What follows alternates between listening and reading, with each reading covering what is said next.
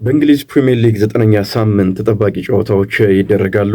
ነገ 11 ሰዓት ጀምሮ ቼልሲ በስታንፎርድ ብሪጅ ሰንደርላንድን ያስተናግዳል። ተከታታይ ሁለት ጨዋታዎችን ያሸነፈው ቼልሲ በ14 ነጥቦች አምስተኛ ደረጃ ላይ ሆኖ ነው የሚጫወተው። በተለይም ደግሞ በሰባተኛ ሳምንት ሊቨርፑልን ያሸነፈበት ጨዋታ ለቼልሲ ደጋፊዎች ትልቅ መነቃቃትን የሰጠ ነው። ለተጫዋቾችን በራስ መተማመናቸውን ከፍ የሚያደርግ ነው። ኢንዞ ማሬስካ እጅግ የተደሰቱበት ጨዋታ፣ ምክንያቱም ከዛ ጨዋታ አስቀድሞ ጫና ውስጥ ስለነበሩ በፕሪሚየር ሊጉ የአምና ሻምፒዮን የነበረን ቡድን ማሸነፍ ችለዋል። በእርግጥ ኢንዞ ማሬስካ ጣሊያናዊ አሰልጣኝ ከትልልቅ ቡድኖች ጋር ያላቸው ክብረ ወሰን እጅግ በጣም አሪፍ ነው። በሊጉ አምና ቼልሲን ወደ ቻምፒየንስ ሊግ መመለስ ችለዋል። ትልቅ ክብረ ወሰን ነው። ግን ደግሞ ክለቡ ከፍ ያለ ገንዘብ ስላወጣ መፎካከር ይኖርበታል ከሌሎች ክለቦች ጋር። ዛሬ ኢንዞ ማሬስካ ጋዜጣዊ መግለጫ ላይ ነበሩም። ሊያም ዴላፕ ከ2 ወራት በኋላ ወደ ልምምድ መመለሱን አረጋግጠዋል። ለዚህ ሳምንት ጨዋታ አይደርስም፣ ግን ደግሞ በቀጣይ ሳምንት አጋማሽ በሊግ ካፕ ቼልሲ ጨዋታ አለው። በዚህ ጨዋታ ላይ ቋሚ ሆኖ የሚሰለፍበት እድል ይኖራል። ለቼልሲ ጆዋ ፔድሮ ከውድድር ዓመቱ መጀመር ከተጀመረበት ጊዜ ጀምሮ በጣም አስደናቂ ሆኖ ተመልክተናል። ጎሎችን እያስቆጠረ ግን ደግሞ አሁን አቋሙ ወርዷል። ያለፉት 5 ጨዋታዎች ላይ ጎልም አላስቆጠረም፣ ጎል የሆነ ኳስም አላቀበለም። ምናልባት የሊያም ዴላፕ መመለስ ለቼልሲ በጣም አስፈላጊ ሊሆን ይችላልና ምናልባት ተመልሶ በቋሚነት ባይሰለፍ እንኳን ጆ ፔድሮን ወደ ጥሩ አቋሙ ለመመለስ ተፎካካሪነቱን ማምጣት ይችላል። በዛ ላይ ደግሞ አንዳንድ ጨዋታዎች ላይ በቋሚነት መሰለፍ የሚያስችል ግሩም አቋም ያለው ተጫዋች እንደሆነ ይታወቃል። የእነዚህ ሁለት ተጫዋቾች መፎካከር የሚጠቅመው ለክለቡ ለቼልሲ ስለሆነ የሊያም ዴላፕ መመለስ በጣም አሪፍ ይሆናል። ሰንደርላንድ 4 ጨዋታዎችን በዚህ የውድድር ዓመት አሸንፎ 2 ጨዋታዎችን ባቻ ውጤት አጠናቋል። 2ቱ ጨዋታዎች ደግሞ የተሸነፈባቸው ጨዋታዎች ናቸው። ከረዥም ዓመታት በኋላ ወደ እንግሊዝ ፕሪሚየር ሊግ የተመለሰ ክለብ ነው።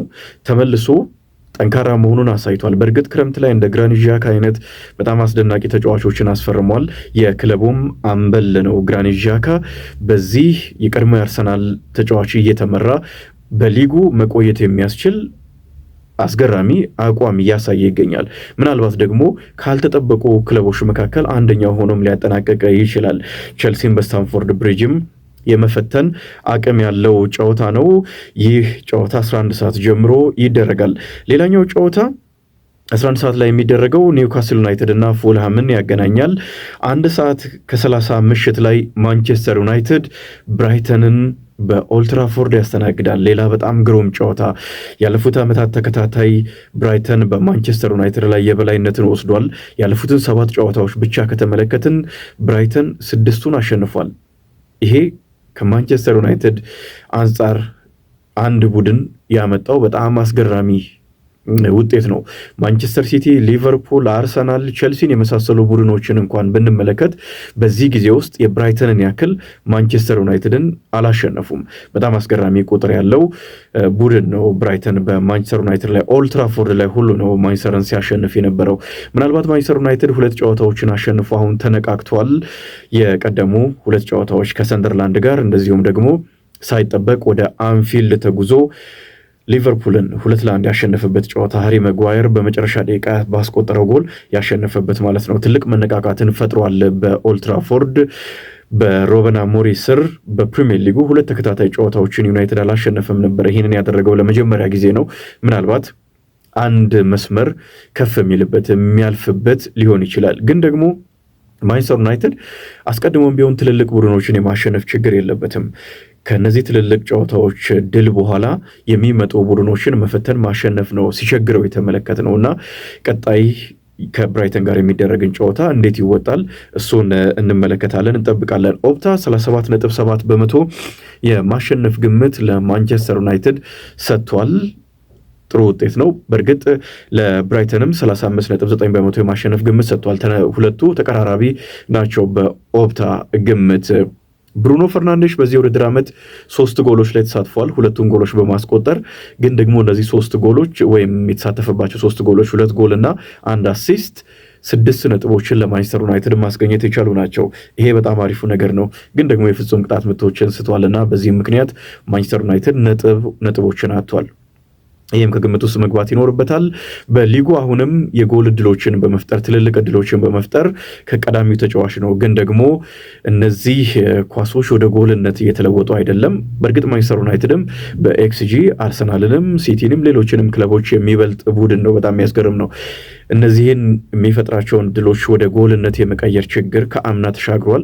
ጥሩ ሁኔታ ላይ ነው ያለው። አሁን በደረጃ ካሸነፈ ከፍ የሚልበትም እድል ይኖራል። በብራይተን በኩል ዳኒ ዌልቤክን ማንቸስተር ዩናይትዶች በሚገባ መቆጣጠር ይኖርባቸዋል። ባለፉት 3 ጨዋታዎች 4 ጎሎችን ያስቆጠረ የቀድሞ የማንቸስተር ዩናይትድ ተጫዋች ነው። ዩናይትድ ላይ ራሱ ላይ ደግሞ ጎል በማስቆጠር ታሪክ ያለው ተጫዋች ስለሆነ ጥንቃቄ ያስፈልገዋል። 11 ምሽት 1 ሰዓት ከ30 ጀምሮ ጨዋታ ይደረጋል። ሌላኛው ጨዋታ ምሽት 1 ሰዓት ከ30 የሚደረገው ብሬንትፎርድ እና ሊቨርፑልን የሚያገናኝ ነው። ለንደን ላይ ይደረጋል ይሄ ጨዋታ።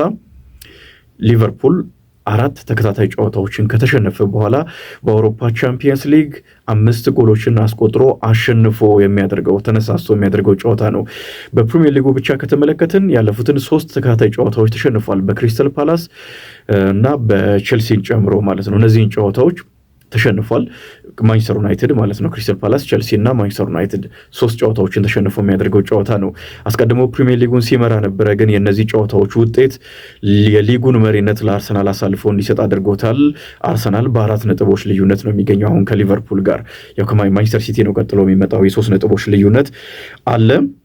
ሊቨርፑል ከነዚህ 3 ተከታታይ ጨዋታዎች ሽንፈት ለማገገም የሚያደርገው ጨዋታ ይሆናል። አርነ ስሎት የተጫዋቾችን ጉዳት በተመለከተ አሌክሳንደር ኢሳቅ በዚህ ጨዋታ ላይ የመሰለፍ እድሉ ጠባብ መሆኑን የሚጠቁም አስተያየት ሰጥተዋል። ጉዳት አለበት። ራቨንበርክም በተመሳሳይ ባለፈው ጨዋታ ላይ ተቀይሮ መውጣቱ ይታወሳል። እነዚህ 2 ተጫዋቾች የሚሰለፉበት ጠባብ እድል ቢኖርም ግን ሙሉ በሙሉ ከጨዋታው ውጭ ያልሆኑ ናቸው።